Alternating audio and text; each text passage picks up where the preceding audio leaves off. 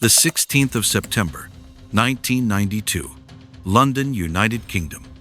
As the sun rose over the city of London, the British government was already in panic mode. Billions were being spent to defend the pound. Interest rates were spiking by the hour, and nothing was working. By nightfall, one man had made over $1 billion, and the British economy had been brought to its knees. This is how George Soros crashed a nation's currency, and did it on purpose. George Soros was not born into power. He earned it by learning how to see what others missed and betting big when he did. Born in 1930 in Budapest, Hungary, Soros grew up under the shadow of war. He survived both Nazi occupation and Soviet repression, experiences that shaped his view of human systems as fragile, even the ones that pretend to be invincible. His Jewish family lived under false identities, bribed officials, and stayed one step ahead of death. In chaos, he learned control. In lies, he learned leverage. In 1947, he fled to London, carrying little more than his wits and a deep distrust of authority. At the London School of Economics, he studied philosophy under Karl Popper, who introduced him to a radical idea that all human understanding is inherently flawed, and reality is shaped not just by facts, but by perception. This idea reflexivity would become Soros's secret weapon. In a world where people believe markets are rational, Soros believed the opposite. Markets are emotional, cyclical, and manipulable. If enough people believe something will happen, it often does. After graduating, Soros tried to break into finance. It wasn't easy. He worked as a traveling salesman, a clerk, and eventually landed in arbitrage at merchant banks in London and New York. He was smart, but more importantly, he was patient. He spent years developing trading strategies based on large macroeconomic trends, shifts in currencies, interest rates, and national policies. While others watched the news, Soros watched the forces beneath it. In 1970, he launched the Quantum Fund with just $12 million under management. It quickly became one of the most profitable hedge funds in the world. Unlike traditional investors who played it safe with stocks or bonds, Soros bet on entire economies, currencies, central banks, and political systems. He didn't trade with caution, he traded with conviction. And when he acted decisively. When he saw a mismatch between a currency's real-world strength and its artificial peg, he didn't hesitate. He would short it, hard. And when the pressure became too much for that currency to bear, he would profit massively. By the early 1990s, Soros wasn't just rich. He was feared. Because while most traders followed the market, George Soros knew how to move it. In the early 1990s, Europe had a dream, a unified economy. And at the heart of that dream was a system called the European Exchange Rate Mechanism, the ERM. The idea was simple on paper. Tie European currencies together within narrow trading bands to maintain stability before launching a single currency, what would later become the euro. Britain joined in 1990, pegging the pound sterling to the German Deutschmark. But what looked like unity on the surface was, in reality, built on contradictions. Germany's economy was strong, disciplined, export-driven with low inflation. Britain's? The opposite. It was wrestling with high inflation, high unemployment, and sluggish growth. And yet, under the rules of the ERM, Britain had to maintain the pound at an artificially strong level, even if that meant raising interest rates during a recession, just to keep foreign investors confident. To Soros, this was blood in the water. He saw the trap the UK had walked into. They were trying to protect the value of the pound while also trying to avoid economic collapse, and doing both was impossible. Sooner or later, one would give. And when it did, Soros would be there. He began quietly building a short position against the pound. That meant borrowing pounds and selling them on the assumption that he could buy them back later at a lower price, pocketing the difference. The bigger the short, the more pressure it put on the pound. And Soros didn't just bet, he committed. While many hedge funds waited on the sidelines, Soros went all in. He borrowed billions, leveraging his position to apply maximum pressure. By early September 1992, the Quantum Fund had amassed a short position worth over $10 billion. It wasn't a guess. It was a siege. British officials believed they could hold the line. They believed that by using their currency reserves and adjusting interest rates, they could keep the pound within its ERM band. But Soros understood something they didn't. Belief doesn't stop a run. Pressure breaks policy. And pressure was mounting by the hour. The stage was set. The clock was ticking. And on the 16th of September, 1992, the British government would wake up to find itself in a financial war with a single man. The 16th of September, 1992. London woke to a financial system under siege. By 8 a.m., panic was already spreading across Europe's financial markets. George Soros and the Quantum Fund had executed one of the largest short positions in currency history. And now, it was time to collect. The British government, led by Prime Minister John Major and Chancellor Norman Lamont, believed they could hold the line.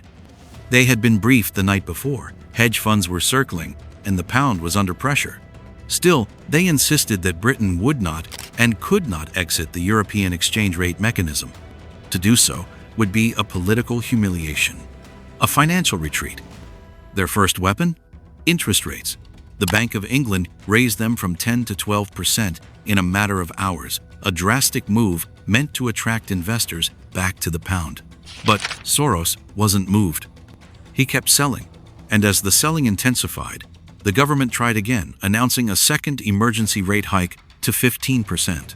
It was a desperate signal. We will do anything. But no one believed them anymore.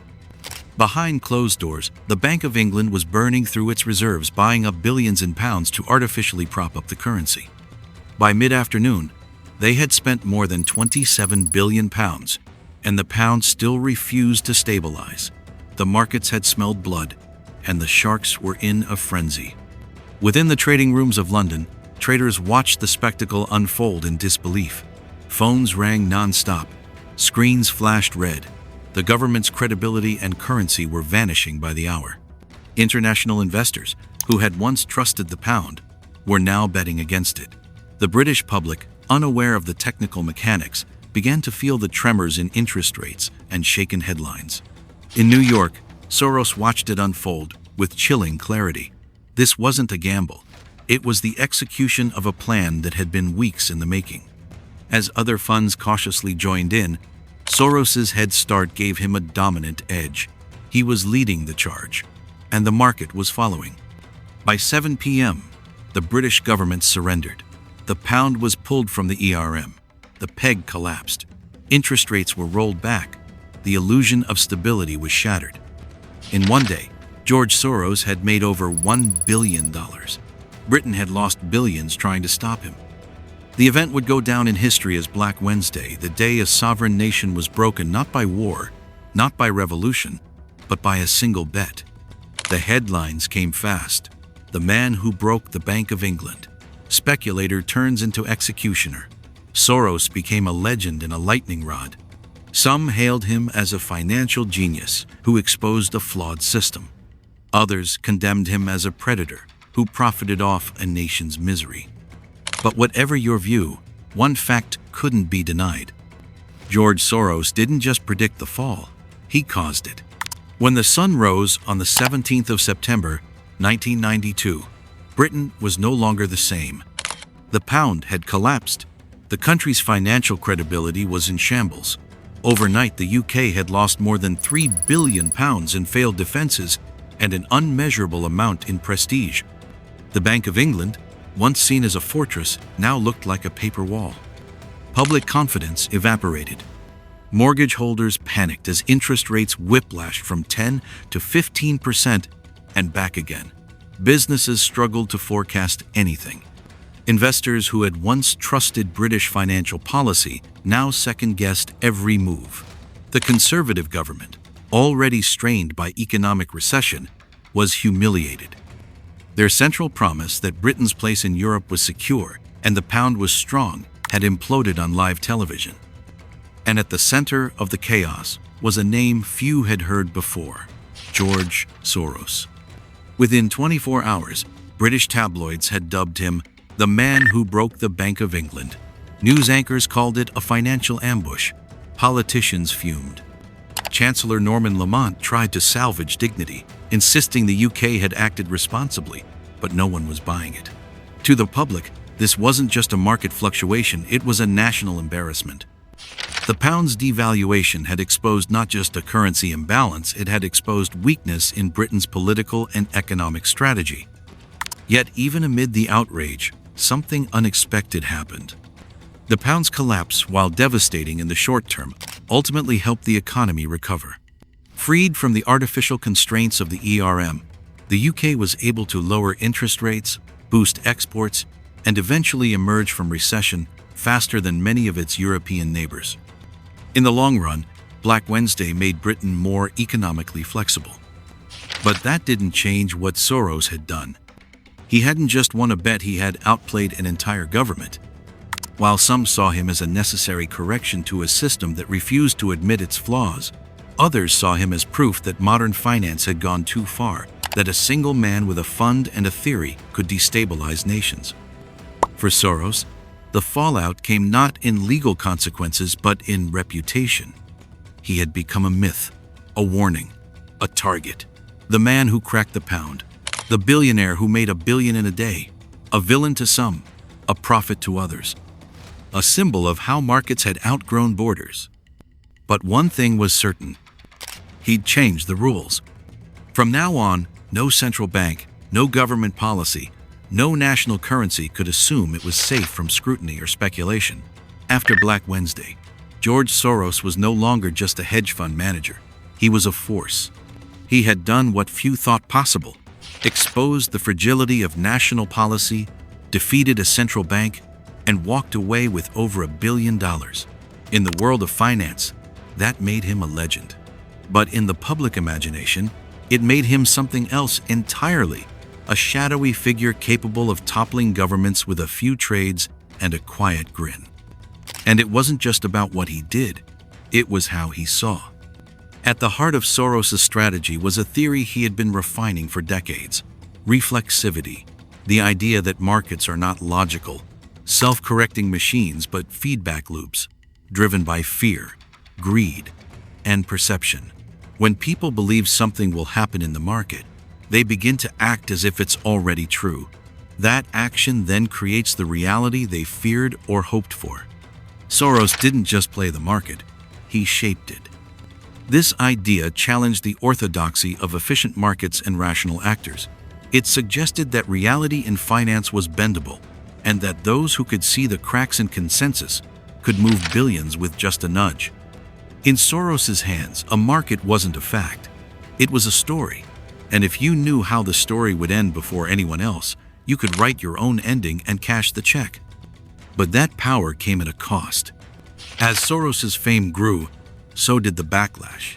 He became a lightning rod, admired in financial circles, feared by policymakers, and demonized by conspiracy theorists.